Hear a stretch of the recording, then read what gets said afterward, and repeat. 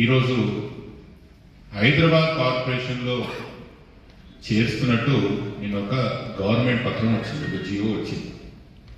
సైబరాబాద్ని ఒక ప్రాంతంగా చేసి, మేడ్చల్ మల్కాజ్గిరిని ఒక కార్పొరేషన్ చేసి, హైదరాబాద్ కార్పొరేషన్ ఒక కార్పొరేషన్ చేస్తూ ఈ కార్పొరేషన్లో సింహభాగమైన రాయన్న నియోజకవర్గాన్ని తీసుకుపోయి హైదరాబాద్ కార్పొరేషన్లో కలుపుతున్నట్టు నిన్న ప్రభుత్వ ఉత్తరాలు అంటే గవర్నమెంట్ జియో ఒకటి బయటికి రావడం జరిగింది.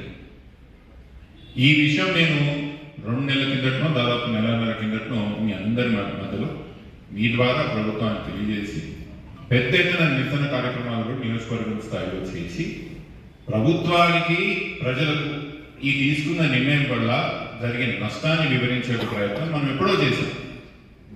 ప్రభుత్వానికి తెలియదనేది ఏం లేదు, ఇక్కడ ఉన్న ప్రజలకి దీని పట్ల స్పష్టత లేదని కూడా లేదు. మనం ముందే దీని గురించి మాట్లాడినాం.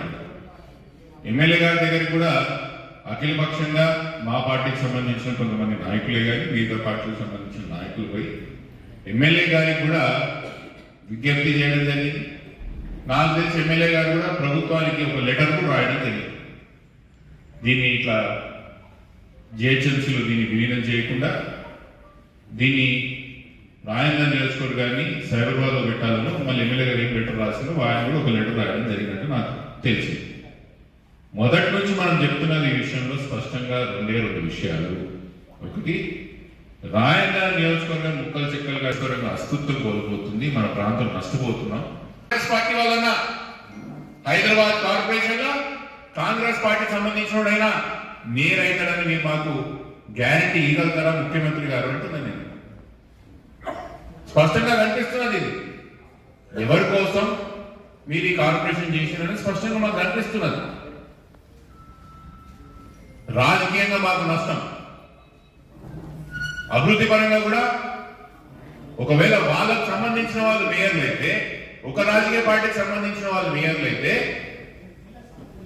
పన్నులే కానీ, డెవలప్మెంటే కానీ, నిధులే కానీ, ప్రణాళికలే కానీ ఎటుపోతాయని మనకు తెలియదా?